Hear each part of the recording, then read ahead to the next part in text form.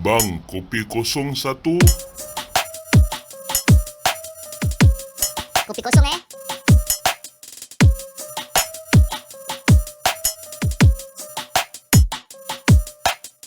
Okey, siap. Selamat datang kepada episod kami Kopi Kosong, bukan kosong-kosong tapi ada kopi.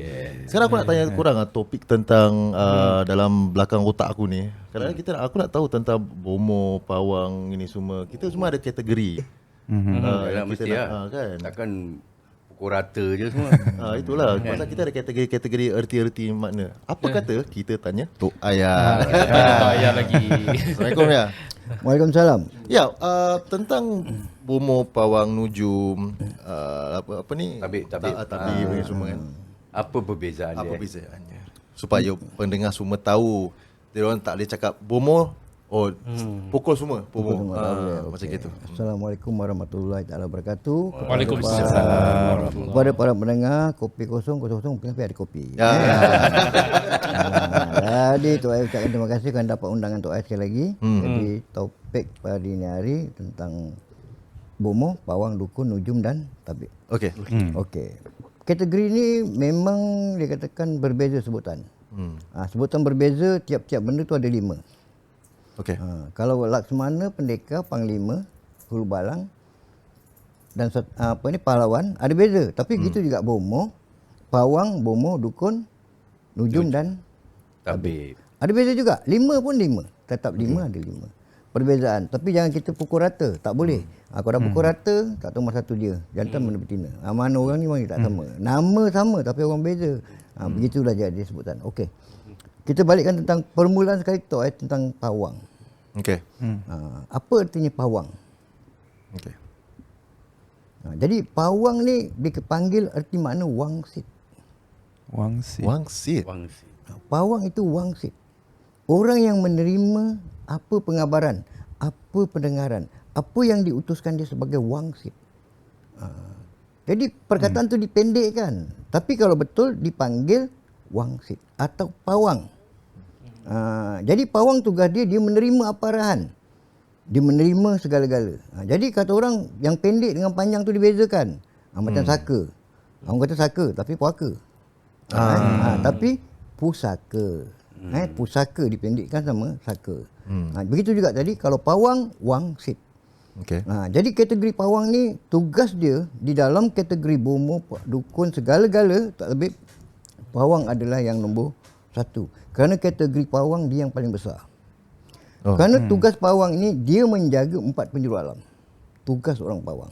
Dia akan menerima wangsit. Sesuatu wangsit yang diterima baru dia berujukkan kepada sesuatu. Pawang terduduk kepada raja. Seperti pawang diraja. Seperti pawang ni menjaga kampung. Seperti pawang ni menguruskan segala ni. Kerana dia menerima wangsit. Kalau dapat utusan satu benda tu daripada negeri, sebuah negeri tu, pawang akan utus pada raja, tengku begini. Begitu juga kalau di kampung. Sampai begini. Cukup tahun dijaga. Jadi begitulah. Pawang dia akan menjaga di darat, di laut, di atas dan di kampung. Tugas pawang. Jadi tugas pawang ni dia akan datang kerana dia menghormati tiap-tiap suatu tempat itu punya daerah orang dan punya penjaga. Di dunia ni kita tak nampak depan mata kita dunia lain. Kita tak nampak apa yang kita buat kelakuan silap. Cuba kita melanggar satu tempat orang tadi. Umpama kita langgar rumah orang, roboh rumah orang, marah tak? Marah. Cuba rumah kita gitu. Begitu jugalah. Kita tak nampak tangan tu perset ni semua. Kita tak nampak. Tapi kadang kita langgar, tak sengaja. Terlanggar busut. Nanti busut kuning tu kita pecahkan. Kali balik kan sakit. Dia sakit, carilah. Cari yang pawang yang ahli, cari orang yang ahli. Kalau doktor, dia tak boleh ubat. Kenapa? Dipanggil pawang tadi, tugas dia untuk merawat. Kerana dia meminta wangsit. Wangsit daripada siapa dia tu? Engkau sudah melanggarkan tempat orang ni. Engkau sudah membuat tempat ni. Jadi apa kata dia tadi? Dia memberi apa adat itu dipanggil apa? Untuk pawang ni. Pawang apa dipanggil selalunya? Memberi bahasa. Memberi bahasa. Memberi bahasa. Itu dipanggil memberi bahasa. Bukan dia beri makan setan, bukan dia beri jin setan, bukan dia beri itu beri ini, tidak makan. Jin setan tak makan. Tetapi sebagai memberi bahasa. Sebab dia kalau seorang pawang ni memberi bahasa, dia akan menggunakan 7 ramuan. Pertama beras putih, beras hitam, beras kuning. Okey. Pisang, telur, berteh dan lilin. Jadi benda ni ada sebutan. Ada penjagaan. Kalau di bumi tanah di beras hitam. Kalau yang putih di lautan. Kalau kuning di daratan. Di atas kayangan segala-gala kuning. Itu lambang keseimbangan seperti pelangi kuning nampak tadi. Kalau lautan putih diberi bersih, suci dia, air segala air dia tadi. Kalau daratan tanah seperti hitam. Jadi diberikan kerana kesempurnaan itu dicampur dengan satu bertih. Bertih, semayan, tumbuhan, segala yang ada, padi. Daripada padi itulah menjadikan bertih menjadikan beras. Baru ada uraian 4. Kenapa dia pakai pisang? Pisang mana dia baik? Tak pakai pisang yang ada, dipanggil pisang raja. Pisang raja digunakan kerana pisang tu seperti pisang pangkat, pisang tinggi. Kau letakkan telur sebiji. Tak ada benda yang tak akan jadi pada benih. Apa pun jadi pada benih mesti pada telur dulu. Daripada putih baru tak kuning. Kalau tak ada putih, tak ada kuning. Tak ada tak ada benih. Betul. Baru dicocok dengan lilin. Kenapa lilin? Itulah menegangkan bumi alam. Kerana disimpan di dalam sebuah dulang. Tanpa terang dan bulan, dia tak akan dapat menyinar segala-gala. Itulah sebatang lilin dia campak. Dipanggil lilin apa? Lilin sambang. Lilin merah. Lilin merah tu lilin yang menyinarkan segala kemerahan. Laksana matahari, gerhananya dia, terangnya dia, cahayanya dia. Begitulah. Itulah 7 ramuan yang dipanggilkan beri bahasa. Bila dia meletakkan benda beri bahasa dan tu diturutkan, baru dikatakan taruhnya dia seperti sekapur sirih. Okey. Sekapur sirih diturut dengan pinggang gambirnya, rokok daun. Rokok daun dia. Bukan benda hantu tu hisap. Tidak, itu syarat. Syarat. Jadi dia beri bahasa. Itu beri bahasa. Dia letakkan bahasa inilah tadi. Jadi persambahan kami sebagai adat Melayu. Adat orang Melayu inilah bahasa kami. Kami ada beradat. Kalau sirih kata tadi. Dia datang kasih dan sayang ku beri padamu. I see. Kalau putihnya seperti kapur ni, begitulah putih hati kami yang meletakkan. Kalau merah seperti gambir ni, janganlah simpan dendam hati yang marah pada kami. Sekeras pinang. Bagaimanapun sekeras pinang pun, dapat dilentuh, dapat dilembutkan. Jangan tersimpan dendam di hati. Kapur sirih, inilah sempurnanya kami. Datang tembakau dan rokok, rasalah ia pahit dan maitnya. Diberi, itu bahasa. Bahasa adat Melayu. Adat dikatakan beri bahasa. Kerana orang Melayu dulu isap rokok daun. Makan sirih kalau perempuan. Jadi adat. Jadi dia letakkan dulang tu. Jadi kalau apa dia minta, dia cakap, ya kalau kami bersilap, kami minta maaf. Kalau kami berlanggar, maafkan. Jadi letakkan. Jadi kalau kita memberi bahasa tu letakkan sebagai tanda, dia pun pandang. Oh, ini orang beri bahasa. Bukan dia makan. Bukan dia beri makan, hancak dekat pokok, dekat terang. Tidak, dia tak makan. Kerana itu beri bahasa meletakkan hormat kita. Ya, betul. Itu tugasnya seorang pawang. Kalau di belah kampung begitu juga, di darat dihantar, di laut dihantar. Di darat dihantar, di kampung dihantar. Dia minta mohon, bukan dia mohon betul, tapi dia mohon kepada Allah Taala. Dia minta kepada Allah dulu. Kerana Allah meletakkan segala penjaga di dalam dunia ni. Dan segala makhluk dalam dunia yang kita tak nampak. Mana yang kita lihat dapat, tapi yang tak dapat lihat. Kalau yang diciptakan Allah di bumi ni semuanya makhluk dia, hamba dia juga. Walaupun dia jin setan pun ada baik ada jahat juga. Begitu juga manusia, ada baik dan ada baik jahatnya juga. Begitu juga manusia, ada Islam ada kafirnya juga. Begitu juga bangsa yang gaib ni, ada Islam ada kafir. Jadi tiap-tiap bangsa tu tetap ada kejahatan dan tetap ada kebaikan. Cuba tempat kita dilanggar orang, marah tak orang? Marah. Begitulah tugas seorang pawang, menerima wangsit. Kalau dia menerima wangsit, kampung ni dibela, dijaga, dihormat. Kalau dia hantar. Tapi itu adat Melayu, bukan adat Jawa. Tapi kalau adat Melayu, cara yang kita Melayu, itu namakan beri bahasa. Tapi kalau adat Jawa, dipanggil seruan atau semahan. Itu letakkan kepala kambing, letakkan kepala lembu, kepala kerbau. Dia letakkan kepala apam. Itu cara adat orang Jawa. Dia menambahkan pada itu. Tapi tidak ada dimakan, tapi cuma dianyut. Tidak dimakan. Tapi itu sebagai sembahan, sebagai bahasa. Memberi bahasa kehormatan kepada lautan kidul, ke laut apa dia minta. Tapi kita orang Melayu, kita juga pawang. Tapi tiap-tiap benda itu tugasnya ada tugas pawang. Tugas pawang itu meletakkan kebaikan, dan pawang bukan jahat tapi dikebaikan. Sebab itu pawang tu letak di mana? Di raja. Dipanggil pawang diraja. Atau pawang kampung atau pawang ini. Sebab hanya pawang saja yang boleh menyelesaikan wangsit dan boleh menjaga ke alam dunia ni. Itu beza pawang. Kalau dukun lain. Kategori dukun dia ada 2, baik dan jahat. Kalau kita di sini panggil dukun, tapi kalau di Indonesia dia memang panggil dukun, santet. Sihir. Tapi tidaklah semua santet, dukun tu santet. Dukun tu ada baik dan ada jahat. Perkataan dukun ni tadi, dia mengangkum segala kehendak. Dia mengangkum segala yang ada. Tapi bukan mengangkum demi kejahatan. Begitu juga dalam segi adat Melayu. Ada dukun. Di dalam segi perubatan, dia berubat. Dukun tu buat begini, buat kebaikan. Apa orang sakit minta dia diobatkan segala-gala. Tetapi kalau di Indonesia berbeza sikit. Kalau dukun dipanggil santet. Dipanggil santet untuk buat orang ilmu hitam ni. Tidak. Itu perbezaan pada daerah. Tapi tetap satu perkataan dukun hanyalah pengobat atau penyihir. Okey. Tidak kita meletakkan gitu. Jadi kita melemparkan satu benda tu, belum faham kita kata syirik. Belum faham kata khurafat, belum kata tidak. Kepahaman kita nak tahu. Apakah arti yang dihantar tadi, maksud tadi, itu bukan semahan tetapi memberi bahasa. Orang berbudi, kita berbahasa. Orang beri, kita merasa. Betul. Kalau kita sendiri tak dapat menghormati orang, bagaimana orang nak kita? Sedangkan tiap dijadikan Allah ini semua adalah makhluknya dia. Betul. Begitu bomo. Bomo bezanya kategori bomo, dia tukang ubat. Dia tukang ubat, dia boleh masukkan segala-gala susuk. Dia boleh masukkan segala-gala kendak apa yang kendak orang buat. Betul. Tugas bomo, dia boleh buat ni, dia boleh buat ini, dia boleh buat wafak, dia boleh buat tangkal. Tapi dukun tak, dia jalan santet. Tapi bomo tidak. Dia berobatkan orang. Mengubatkan orang, kalau orang tak azimat, minta tangkal, minta apa, Betul. dikasih. Itu bomo, tugas bomo. Perbezaan di antara dia, baru dikatakan nujum. Bila kata nujum, apa kata nujum? Dia ahli. Nujum hanya melihat, menelik. Oh. Itu nujum. Okey. Dia tahu di mana sembunyi, di mana itu ahli nujum. Pasal dia ahli dalam nujum, dia dalam ahli tarik. Tapi dia boleh mengobat. Dia bukan tak boleh mengobat. Boleh. Tapi nujum bukan santet. Bukan jahat, bukan negara. Tak ada ahli nujum kita dengar jahat. Tetapi nujum ni hanya dipakai dulu kita kurang. Hanya nujum dipakai oleh orang-orang dalam negeri Arab. Oh, Arab. Arab yang pakai nujum banyak. Jadi kalau apa pun orang kita tidak pernah. Yang orang kita kata bomo, dukun. Pawang tak pernah sebut. Betul. Bomo, dukun. Jarang. Jadi kalau tabib, perbezaan dia. Dia tabib tidak ada ilmu, tak ada apa. Dia cuma menggunakan ramuan. Ramuan macam kayu tu, kayu ini, kayu bidara, kayu apa. Itu mengubat tu tabib. Itu boleh dipanggil dalam tabib. Kalau Cina, sensei. Dipanggil sensei Cina. Kalau India tu dipanggil sami. Jadi tiap bangsa ada budaya. Tiap bangsa ada adat. Orang Sakai pun ada bomo. Orang Afrika pun ada wudu dia.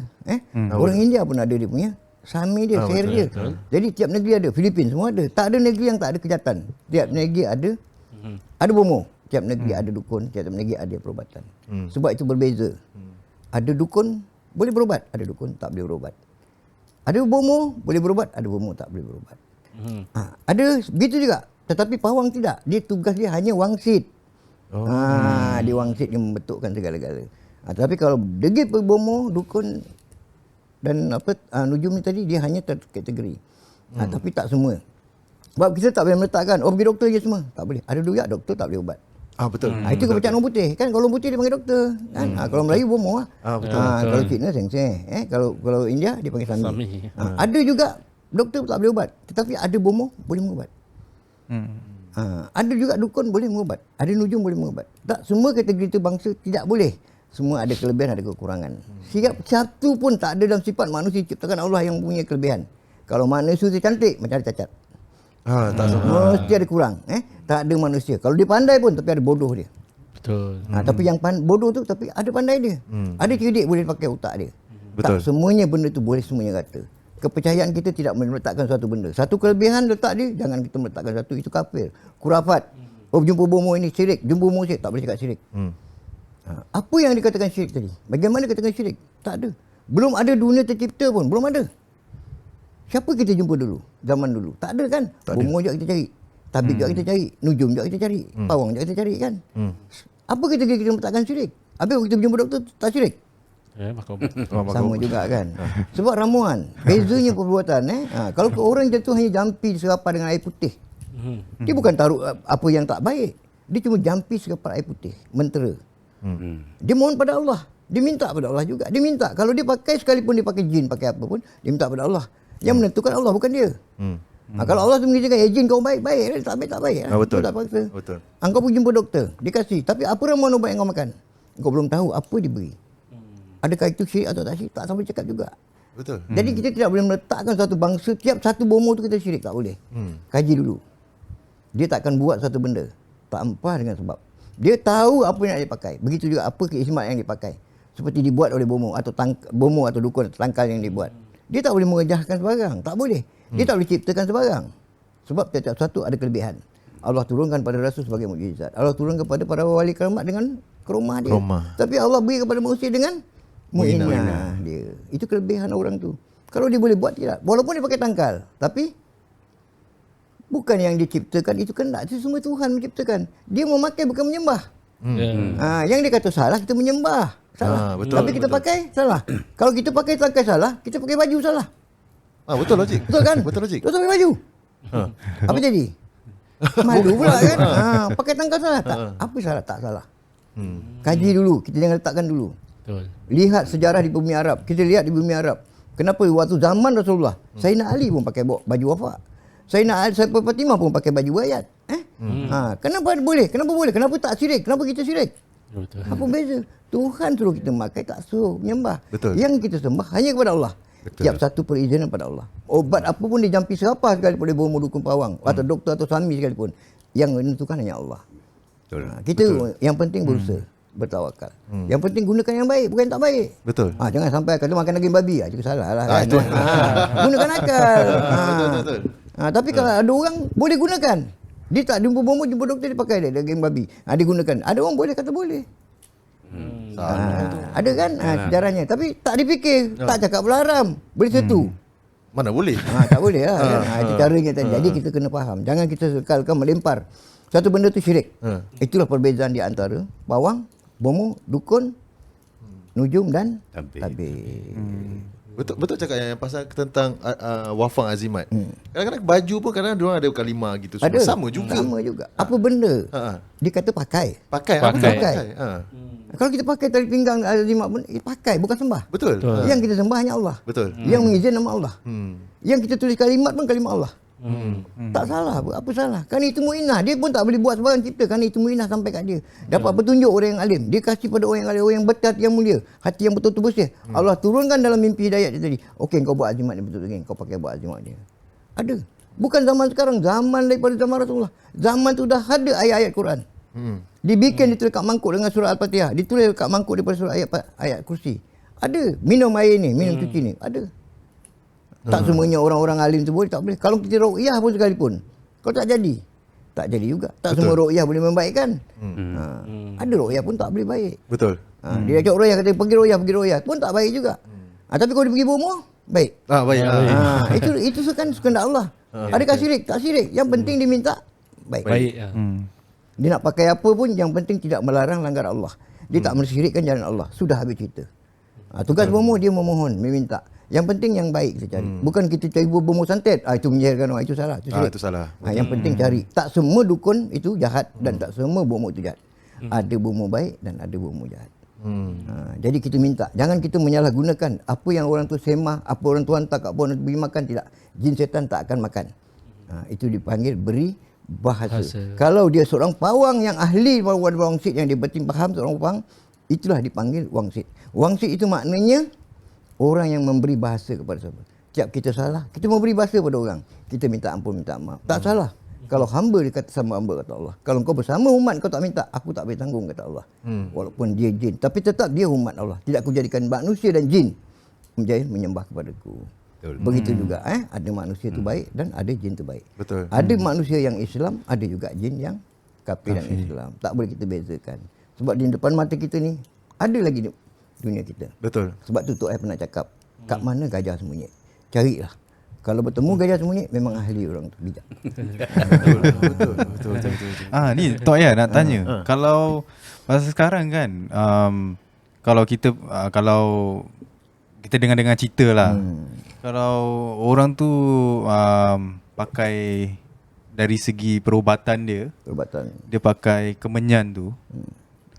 Adakah yang kemenyan tu dia menarik jin ke, jin makan tu kemenyan ke? Apa pendapat tu Ayah? Banyak yang cakap asap, dia makan asap. Betul. Jadi kalau bagi Tok Ayah tu, mungkin manusia tu bodoh. Jin tak bodoh. Kalau dia nak makan tu kemenyan jin tu, berapa banyaklah kemenyan? Kalau dia pergi Jurong Island tu lebih baik kan, asap kat Jurong Island tu lebih banyak.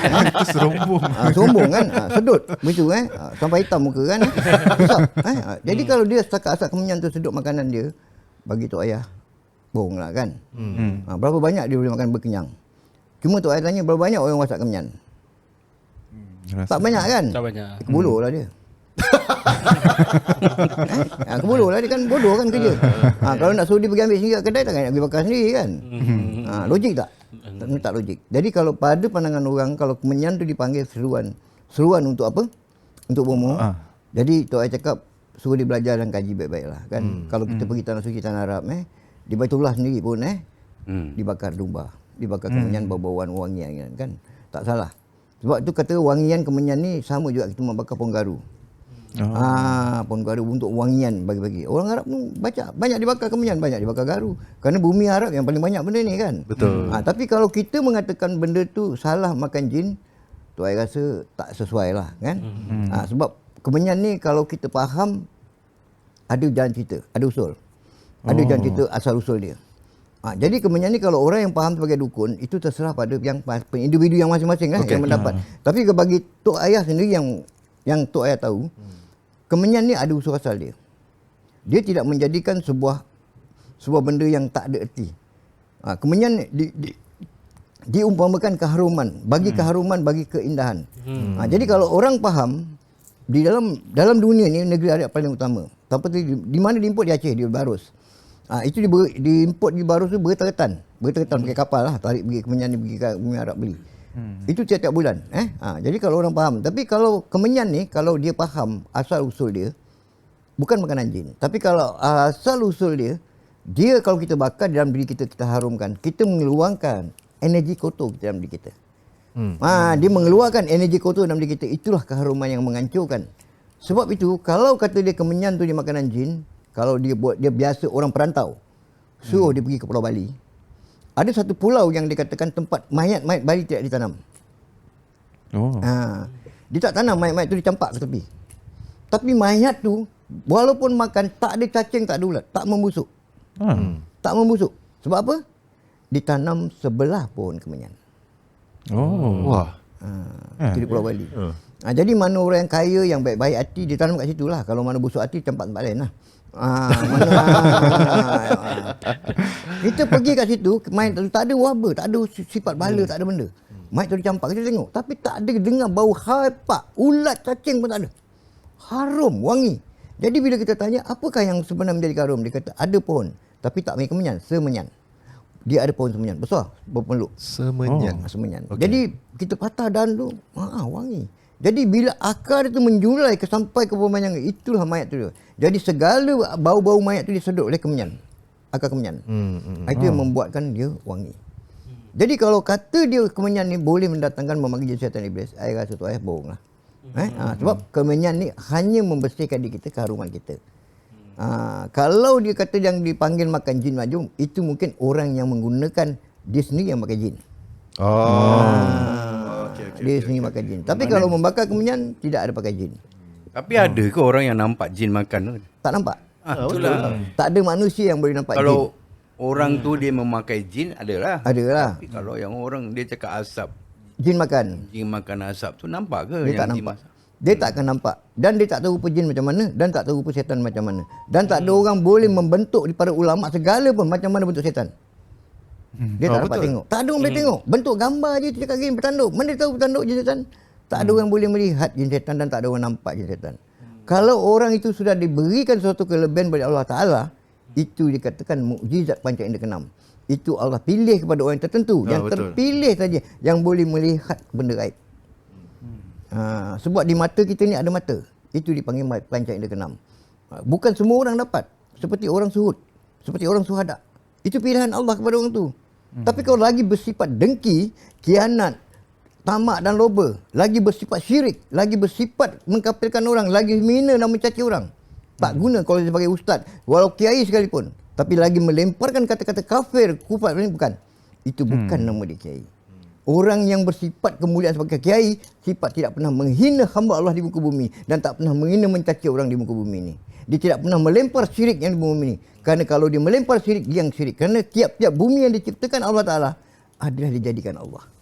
Tak ada manusia boleh menciptakan jin, setan, iblis. Tak ada kita boleh ciptakan pohon tadi. Bertiah tanjak yang kita pakai. Supaya kita cakap tadi. Bumi yang kita pijak, apa yang jadikan? Semuanya Allah yang menjadikan. Kalau kita melemparkan syirik perkataan itu, sama kita mensyirikkan Allah. Kita menghina kebesaran Allah. Jadi kita kena hormat. Mana boleh jin datang? Kalau jin dah datang pokok tu makan kemenyan, senang jin tu pergi pokok kemenyan bakar sendiri. Betul. Tak payah tunggu rubah. Sikit bukannya banyak rubah tu kan. Pergi kat pokok kemenyan, bakar ke pokok kemenyan, berapa banyak asap dia keluar. Sedut. Tak cukup, pergi pulau Jurong Island. Sana ada sil, ada mobil, ada eso. Pergi. Mana satu yang nak minum? Gasak dia nak sedut. Sampai hitam muka dia, sombong dia nak masuk tak apa. Tiap-tiap malam sentiasa berasap. Betul. Tak tunggu dibakar. Cuma harum tak harum je lah kan. Bau minyak kan. Itulah. Tapi kalau bagi tok ayah, kalau orang tu mengatakan lagi panggil jin datang nampak jin, bagi ayah kata belumlah bersifat cukup untuk mencapai kemungkinan Allah Ta'ala tadi. Tapi kalau dia faham arti kemenyan, itulah nilai diri, bersih diri. Putih ni kemenyan, putih hati dia. Wangi ni kemenyan, wangilah hati dia.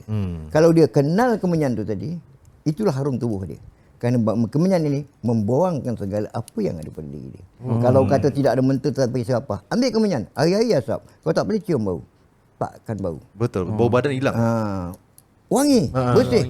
Kalau dah wangi bersih, mana jin setan nak datang? Yalah. Betul juga. Betul. Takkan dia datang. Yang dia datang pada orang yang tak suci, yang syirik, yang dengki. Terutama pada orang tak bersinjak. Itu. Lagi dia suka orang tak bersinjak. Lagi dia suka kerana kesucian. Jadi sebab tu jangan kotor pada diri kita daripada hati kita. Bukan Tuhan melihat amal ibadat kau tinggi tidak, tapi Allah melihat hati kita. Kalau hati kita mulia, bersih, suci, tulus, ikhlas, insya-Allah apa pun kita buat Allah menerima. Tetapi lagi kita riak, sombong, bongkar dan riak, tidak. Kajilah sejarah dalam sejarah. Banyak cerita para ulama-ulama dulu pernah terjadi. Banyak orang terhina pada Allah Ta'ala. Kenapa syirik? Kerana sifat dia angkuh dan sombong. Akulah alim, akulah bagus. Tapi tak dapat kesudahan. Akhirnya menyesal dan menangis. Kerana Allah tak menerima amalan dia. Jadi Allah melihat, biar dia sedikit. Dia tak faham pun tak apa. Bunyi pun tak sedap. Walaupun sengau mulut dia. Kan? Tapi tetap dia tulus hati dia kepada Allah Ta'ala. Dia baca itu Fatihah walaupun bunyi tak sama. Pasal sengau kan. Jadi tapi tetap Allah menerima. Betul. Kan? Allah lebih mengetahui. Semut bercakap, batu bercakap, ulat bercakap, Allah tahu. Apa kita sembunyi mana kita tahu. Tapi kita riak, bongkak, sombong dengan orang buat apa? Menunjukkan aku dah alim, aku boleh. Tidak. Salah pada ayah. Pada tok ayah pandangan tu salah. Kerana tak sesuai pada orang itu menjadikan dia sebagai ulama. Sebab itu kita nak mencari ulama. Banyak ulama sekarang di Indonesia, Malaysia, Nusantara kita banyak ulama yang terkeluar. Bab macam Maggi. Timbul. Tapi nak mencari sebenar-benar ulama yang betul-betul berhati mulia, tidak mendengki antara satu lain, tidak menuduh yang kata lain, tidak menuduh pada yang ini. Itulah betul-betul orang ulama yang benar. Carilah guru betul-betul yang mursyid. Betul-betul yang mursyid, yang betul-betul takwa. Tapi jangan cari daripada riak, bongkar dan sombong. Lagi itu membezakan siapa kau, siapa dia, tak. Belum namakan dia seorang guru. Kerana sifat te'li, qawli dan qalbi. Jadi kalau sifat tu dia pegang, dia tahu. Sebab ini 3 manusia cukup susah. Sebut boleh. Tapi nak memegang te'li, qawli, qalbi cukup susah. Bagaimana dia nak menyampai 13 rukun. Itulah 3 lok. Itulah 13 lok. Baru nama Chris Laksmana. Ada erti. Ada ertinya. Di sebalik. Itu cerita tentang pawang, bomoh, dukun, nujum dan Tabir. Tapi dalam segi gini kan, macam kita ngomong-ngomong tentang cerita yang orang yang tak bersih, tak tu, tapi dia mengatakan dia bertakwa, tapi akhirnya dia tak dapat apa yang dia tak dapat kemuliaan. Ada tak cerita-cerita tentang gini? Ada. Macam mana? Ayah boleh terangkan? Ada cerita, tapi cerita ni bukan menyentuh orang lah. Okay. Ini pernah berlaku di sebuah sejarah dalam petunjuk yang berlaku dekat Indonesia. Tapi cerita ni dah lama. Orang ni seorang haji di Kaya Raya. Di Kaya Raya. Di Kaya Raya, segala-gala sifat dia tu dia tak lokek. Dia tak lokek. Apa orang dah dikasih, dibuat jariah. Ibadat dia cukup segala-gala dia buat. Sedekah dia dengan orang kampung, sedekah dia hari ni. Dia pergi haji berkali-kali. Tapi sampai akhir hayat dia meninggal. Dia meninggal. Bila dia meninggal, jadi mayat dia ni macam tak sempurna. Kubur dia tak sempurna lah. Macam orang tengok pelik.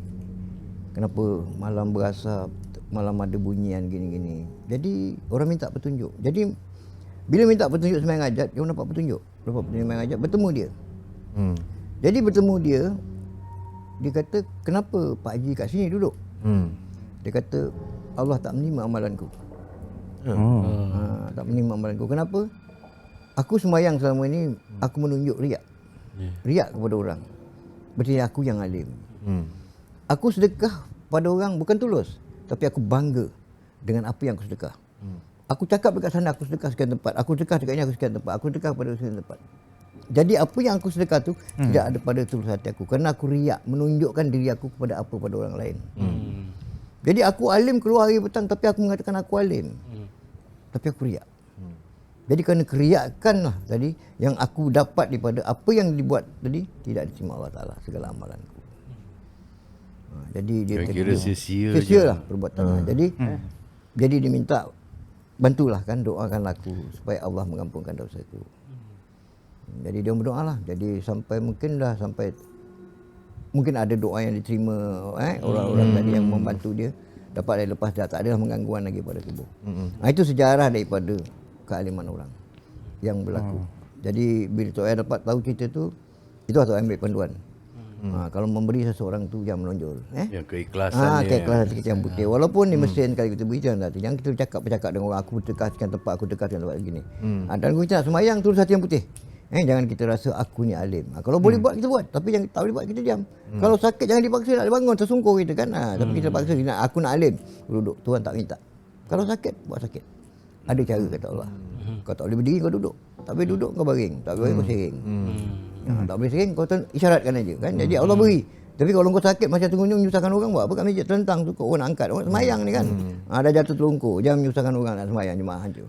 Jadi Allah tak minta, aku tak minta gitu. Jadi pandai-pandai kita meletakkan.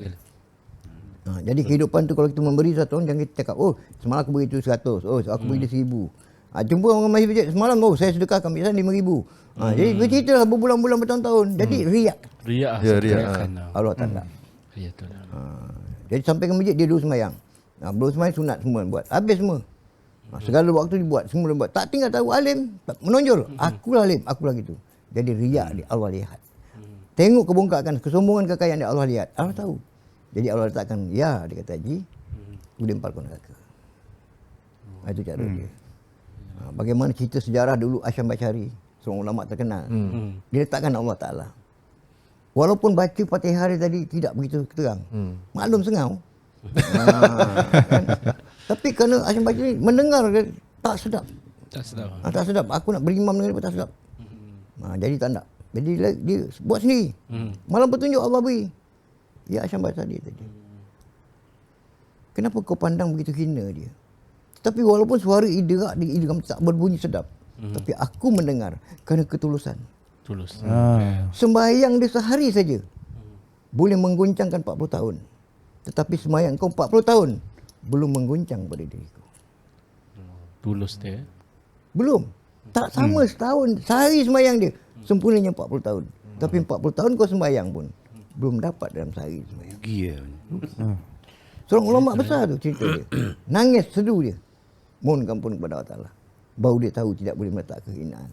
Yang dia letak pada hati yang putih. Kalau Allah ciptakan syurga, siapa dia jaga? Oleh malaikat Ridwan. Kalau hati yang bersih yang putih dia jaga siapa pula? Cari guru yang faham, tanya. Ingat Tok Ayah nak terus Ni mesti nak kias-kias je. Tak boleh buka. Tak boleh mesti cari. Betul. Cari. Kita pun nak dengar. Jadi bila para pendengar tahu cari. Kalau syurga dijaga oleh malaikat Ridwan. Kalau hati yang mukmin dijaga oleh siapa pula? Cari guru yang faham. Siapa yang menjaga hati kita? Ya. Jadi kalau kita tak kenal macam mana kita, janganlah sifat. Sebab tu buang sifat yang ada. Jangan ada sifat bongkak, riak, takbur, kufur. Jangan menghina orang atau mencaci orang tak kira. Tak boleh. Apa pun dia cipta, apa yang kita hina itu hak Allah. Apa yang kita hina itu hak Allah. Kan tiada yang manusia mencipta di dunia melainkan Allah. Di muka bumi ini. Di mana bumi ku pijak, aku junjung. Di muka bumi inilah segalanya hak Allah. Ingat, yang kita pijak, ibu kita sendiri, kita lapar, kita pijak. Tetapi depan ibu kita menyumpah berseganah pada orang. Si. Apa jadi? Ya, betul. Mana kata kita mulia? Mana masa kita belajar? Tak ada Tak perasan, tak perasan. Habis? Engkau ulama, engkau guru, kau tabib, engkau sultan, kau pendekar mana? Mana kemudian kau tadi? Mana kesanjungan kau tadi? Kan? Tak ada. Sedangkan haji tu gitu Tak cukup. Tak betul. cukup syarat dia. Sebab tu kata tandak bukan sebarang tandak Tebang mari pokok gaharu. Tanjak bukan sebarang tanjak. Baru duduknya pahlawan Melayu. Kalau dia faham baru erti datang dia. Tapi kalau tak faham tak ada. hancurlah dia berderai. Sebab itu kita kena hormat. Ingat, ini pesan Tok Ayah. Okey. Duduk mana, keluar ke mana pun, bumi lah utamakan. Cari bagaimana. Kalau masuk rumah kita bersalam. Jumpa mak kita bersalam. Jumpa bapak kita bersalam. Betul. Takkan ibu yang kita pijak tak bersalam. Betul. Mesti ada cara dia Mesti cara. Mesti ada cara dia. Bumi ku pijak, langit ku junjung. Kenapa perpatah itu berkata, bumi ku pijak, langit ku junjung? Apa maksud? Kan itu bermaksud. Sebab bukan dipijak sebab, tapi ada sebab. Takkan timbul kata Melayu. Tak timbul peribahasa Melayu. Tapi beradab berkata. Ada makna, ada artinya. Fikir-fikir. Jadi kena fikir kan. Bumi ku pijak, langit ku junjung. Kenapa bumi ku pijak, langit ku junjung? Itu kena fikir dan kena cari. Ingat. Betul, Sehebat mana sekalipun kau hebat manusia pun. Sehebat mana sekali kau sebagai kiai ustaz pun. Sehebat mana sekali kau pendekar sekalipun. Tapi kalau bumi yang kau pijak tidak kau hormat, habis mereka. Gugur segala-gala. Tak ada lambang kau sifat bangsa Melayu yang beradab. Bukan orang timur tapi orang barat. Tapi kalau orang timur, dia bersinar dengan bintang timur di dadanya. Itulah cahaya yang kemuliaan. Bintang timur. Itulah orang timur. Wah. Bagus lah. Kira dah kata-kata dia ada erti dan makna macam orang kata bumi ku pijak langit ku junjung. Dan memang sentiasa adab Melayu ni akan berkata begini dan seterusnya. Tapi pengertian daripada situlah. Betul. Macam tak difahami apa maksudnya. Yalah, kalau tak ada makna dia takkan ada perkataan tu. Perkataan tu betul. Betul. Daripada makna ada tu ada perkataan dia. Sebab itu ada kan bumi Melayu bumi berdaulat. Pegang. Bumi Melayu bumi berdaulat. Sambung. Ingat tak je sambung. Bumi Melayu bumi berdaulat. Bumi ku pijak bangsa berdarjat. Hidup kita mestilah sepakat.